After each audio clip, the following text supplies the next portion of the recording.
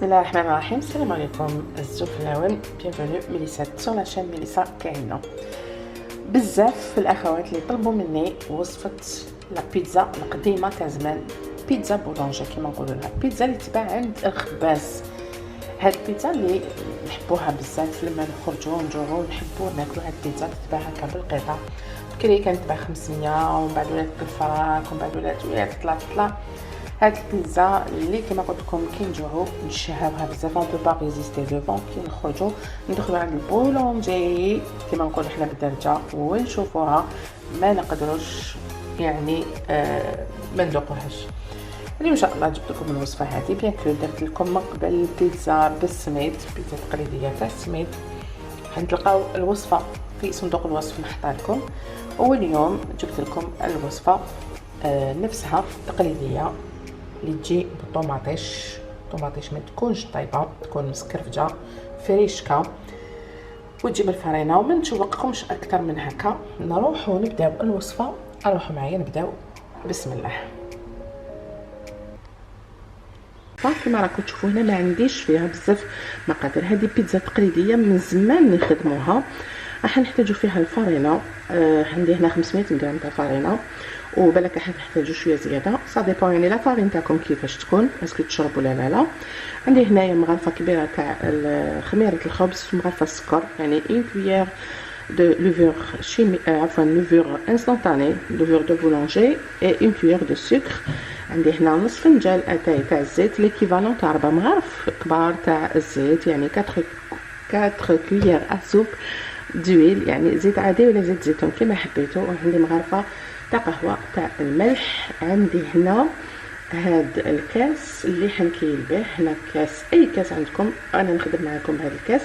راح نديرو كاس وربع تاع الماء دافي، كاس وربع تاع الماء يكون تياد. على هذا الكاس الاول، ودوكا نزيد له هكذا ربع. بسم الله نبداو الوصفه، ما كاش اسهل منها. عندي هنايا 1 كويير ا سوب دو سكر، 1 كويير ا سوب دو لوفور بولونجير، يعني نحطهم هكذا. نخلط شويه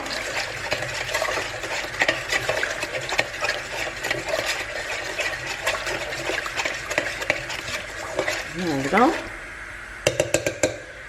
دركا نحط الفرينه.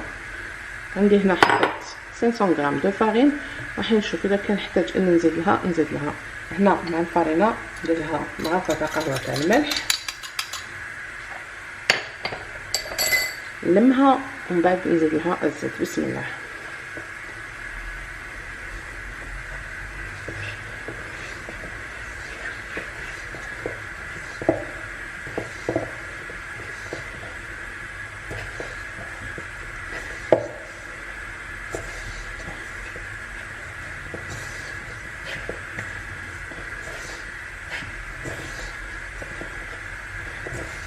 الوغ هنا راني نشوفها يعني الفرينه تاعي شربت لي مليح، دونك واش نزيد لها شويه تاع الماء دافي، يعني راح نروح حتى الكاس ونص تاع الماء دافي.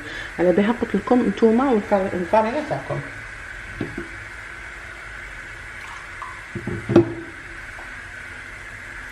فوالا نزيد لها 4 كاس باش تولي لي اون تو اي بور تو 1 فيغ اي دمي دو تياد.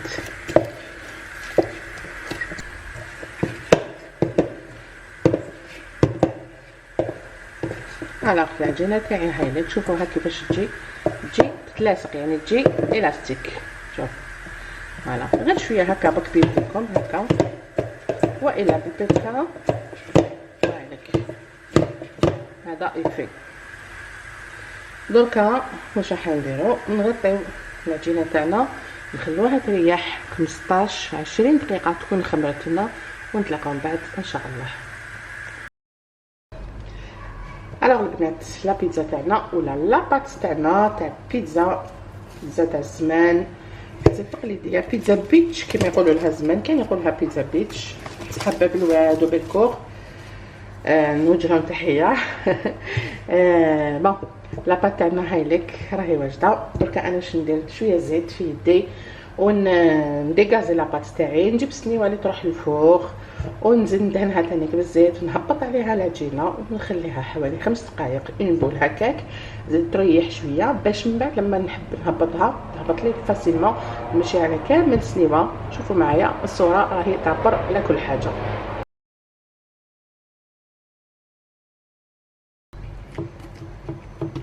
وهكذا بعد ما حليت كامل لاباط تاعي دركا بقات لي خطوه واحده اخرى، راح نثقب كامل هاد العجينه بالفرشيطه ونخليها تريح 10 دقائق 10 مينوت تريح قبل ما نحط لها لاصوص طوماط.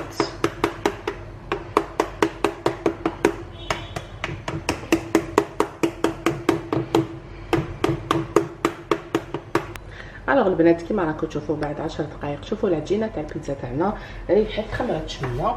دركا ندير لها شويه تاع زيت الزيتون، راح تكون طبقه عازله. هاد زيت الزيتون هذه نمشوها على كامل الوجه تاع البيتزا باش نعزلوا لا طوماط على العجينه. هاد لا طوماط هاي ليك طوماطيش مسكرفجه ملحيه، ما نطيبهاش، نزيد لها شويه تاع الملح شويه تاع السكر جوست باش نقص لها لاسيديتي تاعها، وتحبوا تزيدوا لها شويه فلفل عكري وننزلها عليها كامل لا طوماط. هاد البيتزا ما نطيبوهاش، اذا حبيتي طيبيها يعني قسمه ترفد الغليه برك وطفي عليها. نمشيها على كامل الوجه. وكما قلت لكم هذاك الزيت اللي درناه على العجينه قبل ما نحطو طوماطيش هو اللي حيعزل لا طوماط على لاباط، ونشبحوها بالزيتون دكحل دي زوليف نوار، ونزيد لها حبيبات تاع الطرشي وندخلوها الفرن اللي راهو شاعل على اقصى درجه. هاك نخدم لي زوليف نوار، حبه طرشي نقطعها دي رونديل وندير زيتونات يعني جيماجين على حساب الحبات اللي حنقطعهم مع كل حبه ولا مع شاك اوليف. مع كل زيتونه نحط لها هكا شويه تاع الفلفل طرشي، اللي يحب حتى يدير الحر يدير الحر. نكملها بنفس الطريقه. والبيتزا تاعنا هاي ليك واجده، ما بقى لها غير تروح للفرن، ما نزيدوا لها حتى حاجه. اللي ولادها يحبوا الفرomاج ولا تقدر تزيد لها شويه فرomاج، لكن البيتزا على اصولها بيتزا تقليديه محضه بالفارينه. قلت لكم درتها لكم قبل بالسميد، وهذه بالفارينه. راح نطيبها على نار قويه. الفرن تاعي راني شعلته من قبل ونشوفوها من بعد ان شاء الله. الو البنات البيتزا تاعنا هاي لك راهي في الفرن، يعني ما شدتليش من 10 دقائق. علاش؟ لانه الفرن كان سخون بزاف. وهكذا اللي معكم البيتزا تاعنا راهي طيبه، نشوفوها من تحت. ودركا نحيها وشويه تاع زيت زيتون فوقها، نقطعها ونشوفوها من بعد ان شاء الله.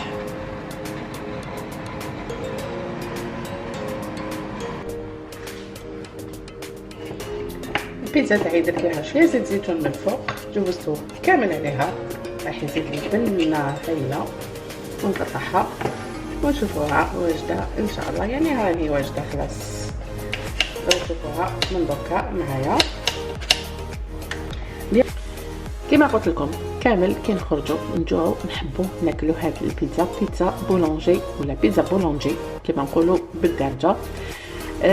هذه بالفارينه تجي خفيفه بزاف. بيان كو نعطيكم سر ثاني واحد اخر، البيتزا اللي ناكلها برا ماشي هي البيتزا تاع السميد اللي كنت درتها لكم قبل، لانه المصاريف تاعها بالسميد تجي اكثر من لما نعملوها بالفارينه. هذه هي البيتزا تاع البولونجي كما نقولوا حنا، بيتزا بولونجير اللي نحبوها كامل. على بالي تعجبكم الوصفه وعلى بالي حين ديروها. واش نقول لكم ديروها بصحتكم، دعوا لي دعوه الخير. ميليسا كاينه اللي تحبكم. تهلاو في روحتكم ميليسات، وسلام سلام.